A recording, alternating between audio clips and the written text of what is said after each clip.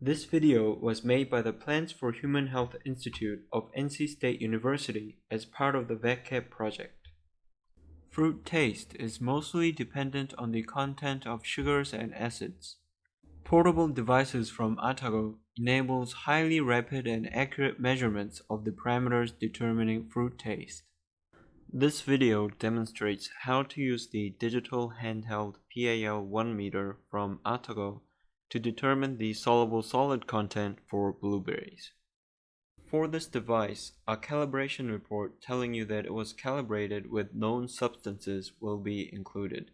Prepare the blueberry samples by grinding them into a puree using a blender.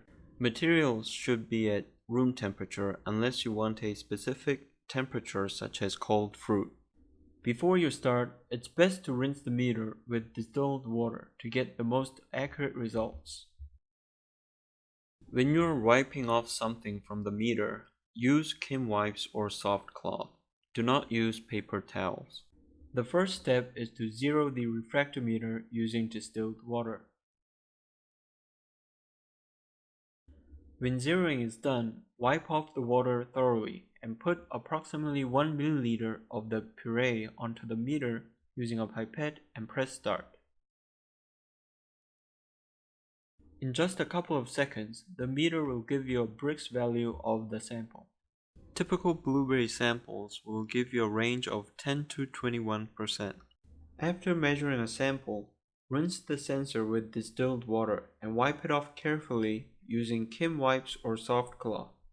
If your Atago device has the NFC symbol on the bottom, you can export the stored data after all your measurements into your Android phone using an NFC app or your computer using an NFC reader.